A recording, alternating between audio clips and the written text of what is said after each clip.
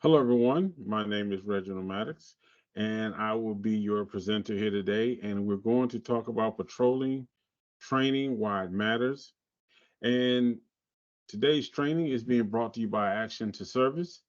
As you all are aware, if you have attended these trainings before, these trainings are typically no more than 30 minutes, at the max, maybe 33. But we typically only do these short courses for about 30 minutes, just enough to give you a little bit of insight into the topic that we're discussing. And also, if you would like more additional information on some of our service, if you like a copy of this presentation, feel free to contact us. We'll have our information at the bottom of the last presentation. Also, it'll be attached to the platform where you can view this. It'll be on YouTube, also on our website. So thank you for joining us today. As I mentioned before, my name is Reginald Maddox, and today I'm going to be discussing patrol training, why it matters. So, as I stated, these trainings normally last time limit of 30 minutes, pushing it 33. So to ensure we stay within that time frame, why don't we go ahead and get started? So discussion points for today's topic, patrolling, patrol training, why does it matter? We're going to have a brief introduction into the topic. We're going to talk about patrolling and its purpose, when and why patrolling fails. We're going to talk about the acronym T, train,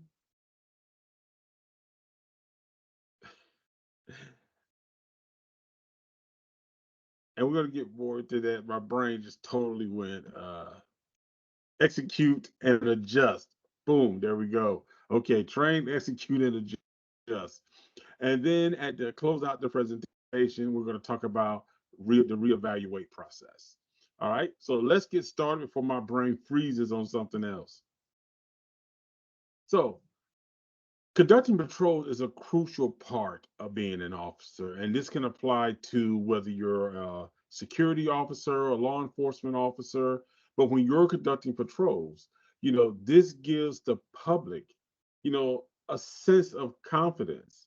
But the main thing is when we're patrolling, officers should be patrolling with the intent that there is an objective, there is a purpose to your patrolling.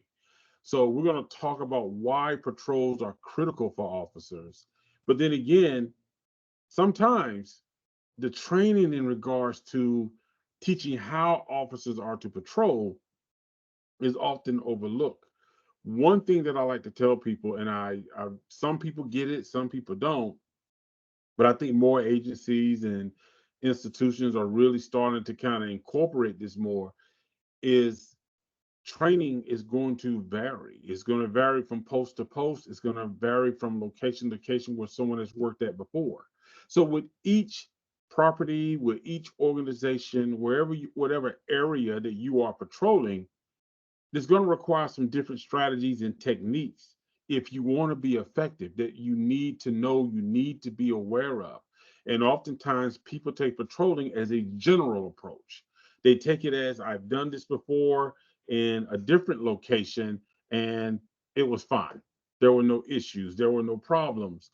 This is the way I've always patrolled. But patrolling has to adapt to the location that you're at, the organization that you're with, the area. So there are different factors that come into play when we talk about patrolling. This is why offering training to your officers on how to properly conduct their patrols is absolutely necessary. And as I said before, I think it's something that's really overlooked by a lot of agencies. It's not always adequate in the fact that it's not taken seriously. There are places where people are just giving keys and told, hey, go walk around, get familiar with the place. Yeah, when you walk around, just call in if you hear anything or make sure you respond. That's pretty much it when it comes to patrolling. But there's really so much more. And it's a matter of concern that training for officers on how to conduct proper patrols is not really a focus point for some agencies. So let's talk about patrolling and its purpose. So when we talk about patrolling and its purpose, you know, As I mentioned earlier, when you are conducting your patrols, you are patrolling with a purpose. And we're going to talk about four types of purposes that a person will patrol with. Number one is deterrence. When you're patrolling, you're trying to be that visual presence that's going to make someone think twice. Or if someone has the idea they're going to break into a car, or they're going to run up and punch someone, or simply that they feel like they're going to maybe be a little friendly or commit some type of sexual harassment or sexual misconduct, your presence is a deterrence to make that person say, not today, and possibly not tomorrow. So deterrence is a big part of that. And deterrence is often accomplished by visual presence. That when a person sees that officer there, that officer is visible, they're present, it's going to deter that person from the idea of committing a crime, the idea of the fact that potentially causing harm to someone, and also the fact that they know that they might be monitored. If that officer is out there, the officer makes eye contact with that person. Sometimes it's as simple as just you see somebody, you might think, person looks a little out of place, a little suspicious. Let me just go make contact. Hey, how you doing? Need any help today? That will make a person feel uncomfortable if that person doesn't belong there, or if they had some type of intention, like I don't know, they don't saw me, they don't spoke to me. Let me just move on. So visual presence is probably one of the best forms of deterrence. Just having that officer presence, nice, neat, professional looking uniform, eyes up, alert, head on the swivel, observing your area, paying attention. So when we talk about patrolling, the second purpose is assistance. When officers provide assistance, it gives the public a sense of safety and a level of comfort because they feel like, okay, I didn't ask for assistance, but the officer seemed to recognize me and that I might be needing assistance, and they approach me. They're paying attention. Or if they see that officer there, that officer seems to be alert, they go and they ask that officer for information. The fact that that officer was available, it makes people feel comfortable within that environment. And, when people want to experience a sense of safety, they use assistance as a way to determine how much confidence they're going to have in that person. An officer who works his area, who's able to answer questions, and if they can't give, they may not be able to give the direct answer to resolve that person's problem, but being able to properly guide and direct somebody, you need to go to this office, you need to go to this place. It's right around the corner. Oh, it's 2 blocks away. That gives a person a sense of confidence that, okay, this is a person that knows the area. And the thing, officers sometimes don't think about it in that aspect. That when people ask you for assistance and you're able to just provide general information, this gives them a sense of confidence. It gives them a feeling that you are conscious and aware of what's taking place and what's in your area. So when they see a consistency in that, it plays a vital role in that officer fulfilling his purpose. And also, the officer being familiar with what's going on in their area, what's in their area, how to direct people can not only help you to sort of de escalate things, but it also helps you to kind of understand who's there for business and who may be there for ulterior motives. Because the normal routine on a lot of the people in your area. So you got a good idea of that when you're providing assistance, what these people may be looking for and how you can best direct and help them versus someone who's just sort of wandering, maybe scouting out cars, maybe trying to see how long you stand in that area. Or maybe they're looking to see where's a purse. Is somebody going to put a laptop down? Somebody going to drop a book bag? Or maybe someone's sitting at a table outside and they have a laptop set up and they're waiting for that person to step away. So you providing assistance and plus that visual presence, it plays a really big role in patrolling. And it means that your patrolling now has a purpose.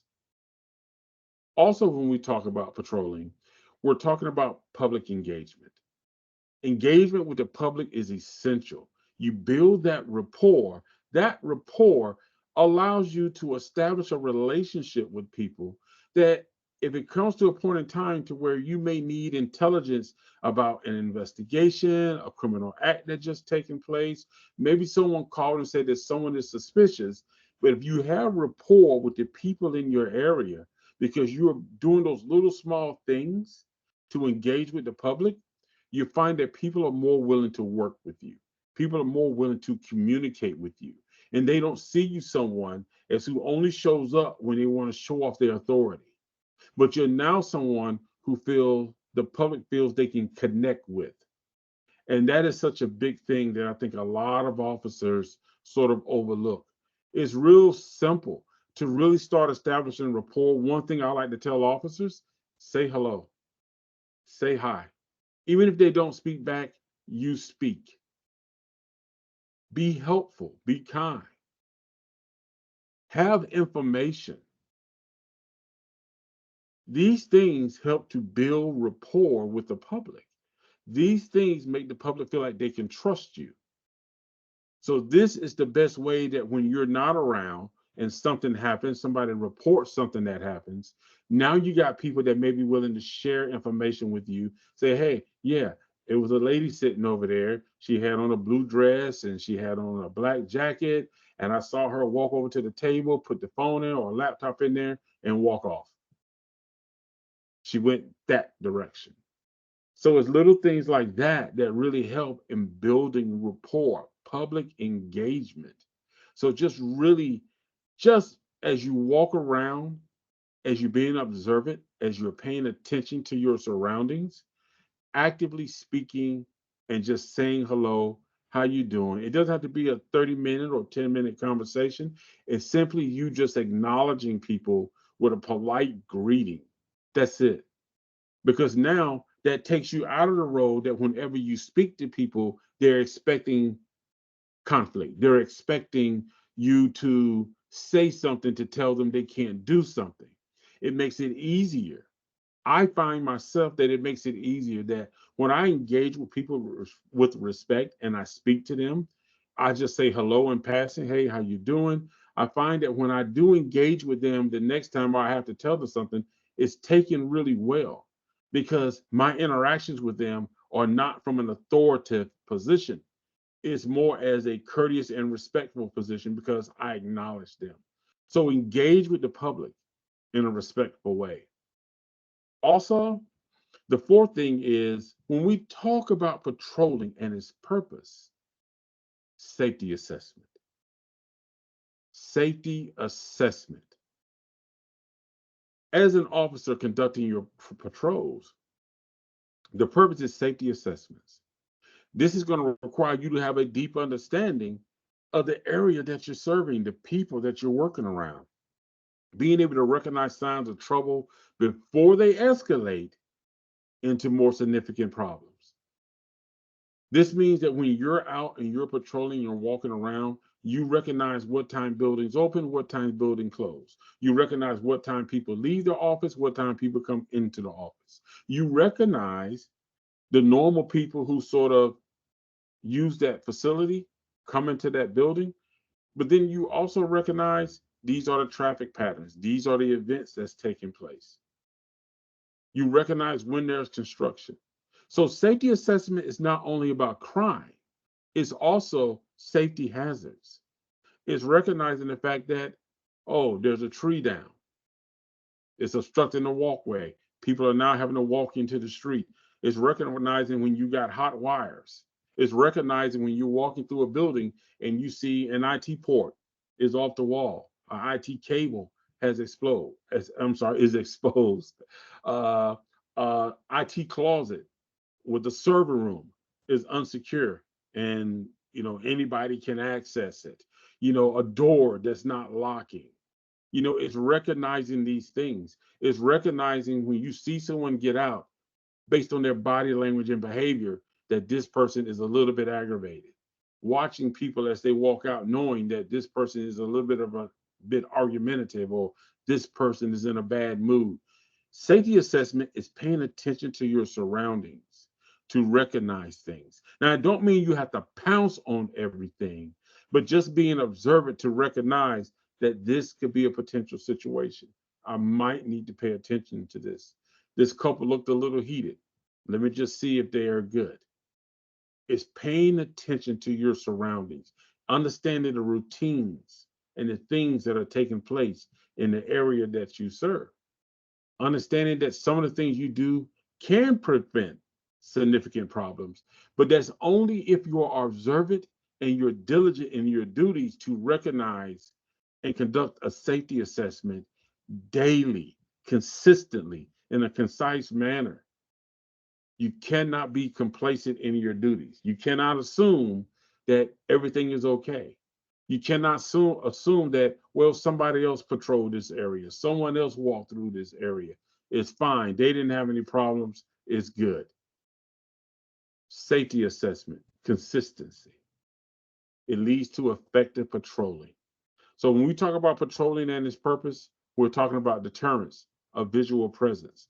We're talking about assistance, giving the public the feeling of comfort and confidence in you, that you are observant, that you are knowledgeable about your area, you're knowledgeable about the place where you work at, where they need to go, where they can get assistance. Public engagement. Don't let your engagements only be based on being an authoritarian. It's also just generally speaking, being professional, being courteous, and acknowledging people. And last, safety assessment. Conducting safety assessment as you conduct your patrols, knowing what to look for. And one thing about safety assessments, this is going to vary based on where you're patrolling, what organization you're working for, because there's going to be different scenarios. It's one thing for someone who's patrolling an office building versus someone who's driving on the street. So there's going to be different things. So this is why I say that when it comes to patrolling, training has to be unique, but it has to be consistent, because you can't teach people to patrol every single place the same way, because there are different things that's going to play a part in how you patrol specific areas. And it's very crucial that that information is shared when you're putting together a training program, and also when you're doing roll calls, when you're passing down information, sharing that information with your other teammates, but more so putting together a training program that people are taught how to patrol key areas, how to patrol areas in general that are under your provision of service. Now, this is a big one. Training, when and why it fails. Training, let's talk about why it fails first. We're going to reverse this. Now, I personally believe that the number one reason that um, patrols fail, and when I say patrols fail, I'm talking about the fact that they fail because there are things that are not taking place. And this results in crime. This results in harassment. This results in thefts when we have patrols that are not effective, patrols that are being conducted in a manner that is not purposeful. So I think the number one reason that a lot of patrols fail is training, or people being improperly trained. Most companies hire people under the impression that you've done this job before, you worked with a police department before, you worked with a security company before, but the training on how you patrol is going to vary. And there may be some things that are similar, but there are going to be some things that are different based on the area that you are patrolling. And sometimes people are just given a set of keys, or they're given a vehicle and say, hey, just drive around, make sure everything is okay. But they're not being told what to look for. They're not being told what potential threats or issues or concerns they need to identify and be prepared to respond to, so they can conduct effective patrols. So there's either no training being conducted, or they're being trained improperly because the person that's training them wasn't taught how to patrol. But also, the other person could fall into the second category, which is complacency. when a person is just complacent in their job. Now, this doesn't always reference the fact that a person is incompetent or lazy.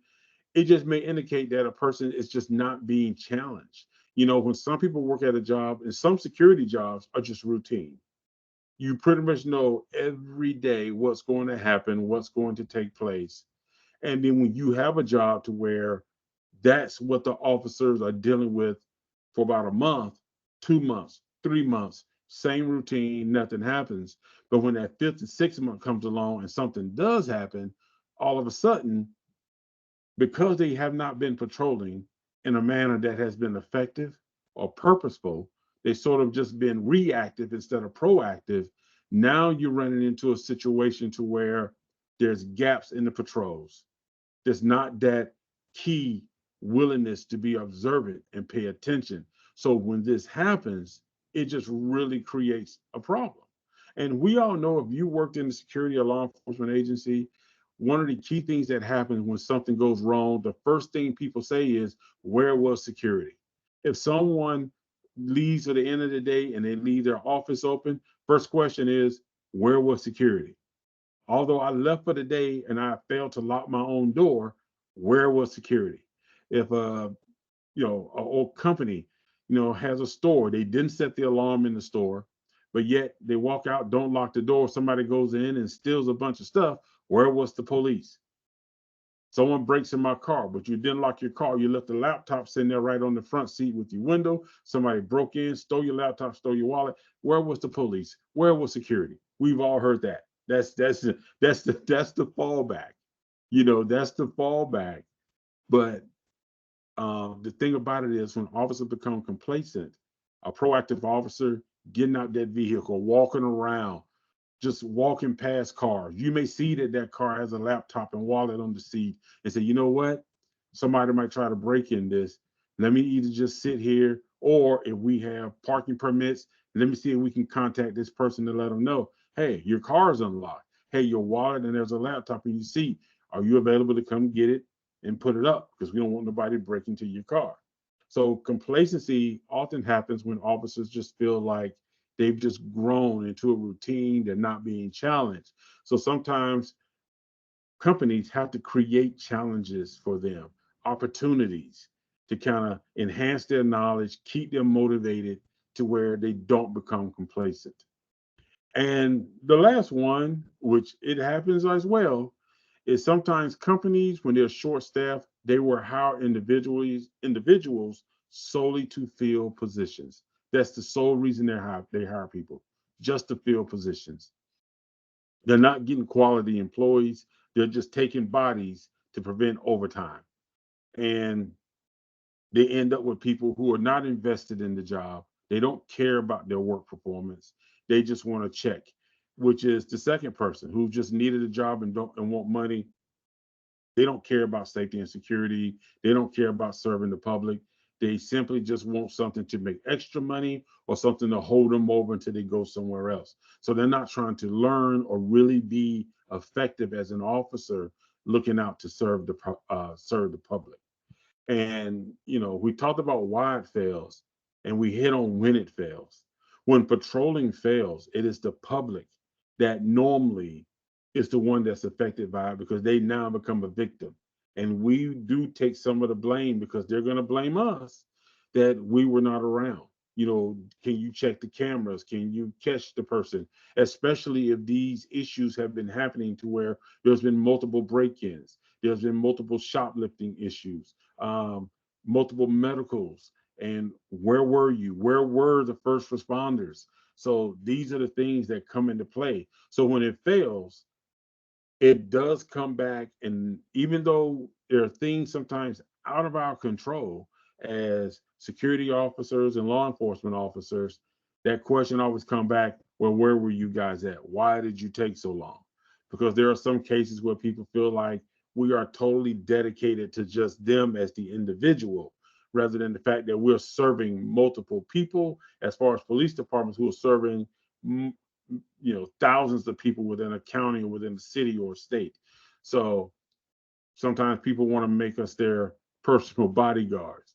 But the thing about it is, When it fails, it does reflect negatively on us because it does end up creating a distrust in the fact that we're unable to protect. In some cases, when you got the poor performers or the uninvested people who are serving in law enforcement or security officers, it's the whole thing of they don't care anyway. So when it fails, it does have a negative effect on our reputation as a whole because no one blames that individual. Who they blame? They blame the department. So let's talk about T. As you see, one of my letters fell off there. Uh, so when we talk about T, the first one is train. Train with consistency and with objectives. So when you're training someone to patrol, make sure that you're training them to be consistent in their patrols. Now, when I say consistent in their patrols, I don't mean that you become robotic, that you do the same thing every hour each day. You can rotate how you patrol, but you need to be consistent in doing your patrols to make sure they're effective and patrol with an objective. Like, what are you looking for? What are some of the things that you receive? What's the information that you got? Train your people to have an objective on their patrol, train them what to look for, and train them to the fact that when they understand that they're patrolling, that documentation is a part of that. Sometimes you may see something that looks a little out of place. Train them to document it. This car been parked here 3 times, and each time they parked it, we've had a break-in. Let me get this license plate number, car, and description. You know, Train them to document. Train them to be consistent in how they patrol and with an objective. Now, as far as T, the E, execute. Execute and utilize the strategies and techniques that have been taught in your training regarding patrolling. That's essential. Utilize those strategies and techniques. What to report? What do you want your officers to document? Keeping track of that information. Train your officers to look for patterns. When there are patterns occurring, how are you documenting that? How are you training your officers to recognize these patterns or odd behaviors or suspicious behaviors? So train them that so when they execute these strategies and techniques, it gives them more confidence to perform the job. It helps them to be better at what they're doing. I can't believe I left that A sitting down there. Uh, and the third one for T, the A is adjust. I think this is one of the things that a lot of people really have a difficult time with is that when you're patrolling, you have to be prepared to adjust based on trends and activity in the area. Because you may have an area that's really quiet, but you may have a problem that's occurring in a stairwell. You may have a problem that's occurring in a parking lot. You may have a problem that's occurring in a more public area. So now you may need to adjust the times and how your officers patrol. You may need to position an officer at a certain time and maybe an entry point so that when people come in, that's the first thing they see is that officer. So bringing attention to that officer can kind of help maybe de-escalate some things, and it can kind of let people know like, hey, okay, they're sort of on to what's going on and what we're doing. We need to be mindful of that. So T, as you know, I kind of struggled with in the beginning to remember. So the T in patrol, this acronym stands for train, execute, and adjust. Train your officers to be consistent, train your officers to document, train your officers to patrol with objectives of what they want to accomplish and recognize and do on each patrol. Execute. Utilize the strategies and techniques that you implement in your training program on how to patrol. And third, A, adjust. You have to be willing to adjust your patrol, adjust based on trends and activity taking place. If you do the same old pattern, you have the same old problems. You have to be able to make adjustments. And reevaluate the process. I think a lot of times people put training programs into place, reevaluate it. Reevaluate it. Because remember, maintaining effectiveness is the key when you are patrolling. And by gathering that relevant and current information, about the people, the environment, trends, identify areas for improvement and make those necessary changes, because you want the people who are either in that office building, at that university, at whatever public or federal facility that you are protecting, you want them to feel confident about you being there. So if you have to make changes because you're starting to have certain trends or things you're starting to notice taking place, make the necessary changes. Now, for some people, they say, oh, this is a lot of work. How do you do it? It's not a very difficult process. It's just simply a managing your patrols, understanding that where you have officers positioned, where are those officers actually patrolling? Are you putting officers inside a cruiser or a mobile unit? And are those officers just driving around, never getting out the truck? Do they ever stop and just walk? Do you have officers walking around? Are they on their phone? Are these officers just stuck in their phone? Are they hiding out in a room or going somewhere where they figure they're off camera to where they can engage in a conversation and then give the appearance of patrolling when they're really not? These are the things that need to be reevaluated about the process when you are implementing patrols, understanding what is the purpose of your patrolling, explaining that to the people that you're working with, sharing information when you're doing your briefings with other people about civil unrest, problems within the community, local events, anything that may draw more attention on certain days to your area where you're working at. Having a constructive approach to patrolling, you know, it will help your team to ensure that they are properly prepared to handle a situation. So reevaluate your process. Like, are you seeing success? Are you seeing that people are saying, hey, I saw this officer there? Are you getting more compliments? Are you seeing people feel more comfortable? Where you was having a lot of negative activity has now all of a sudden that started to turn positive. So you always have to make adjustments. Figure out what works, what's not working. Figure out who's working and who's not working. That's an essential part of creating the training program and making sure it's effective as well. All right, guys, like I said, we try to keep this about 30, 33 minutes. But like I said, my name is Reginald Maddox. Thank you for tuning in to this webinar. Feel free to contact us for additional information. And also, share your feedback on this webinar. If you would like a copy of this presentation, my email is right there. Just copy it down, send me an email, and I will definitely send you a copy of this short presentation for you to have the show share with your other team or other coworkers. But thank you for joining us. And like I say, this is really important. Feel free to visit our website too, actiontoservice.com. But thank you for joining us. You got any questions about anything that we discussed, any of our little topic points, please send me an email and I'll be happy to, I'll reach right back out to you. Someone from our team will get back with you. Thank you so much. This will conclude today's webinar on controlling why it matters.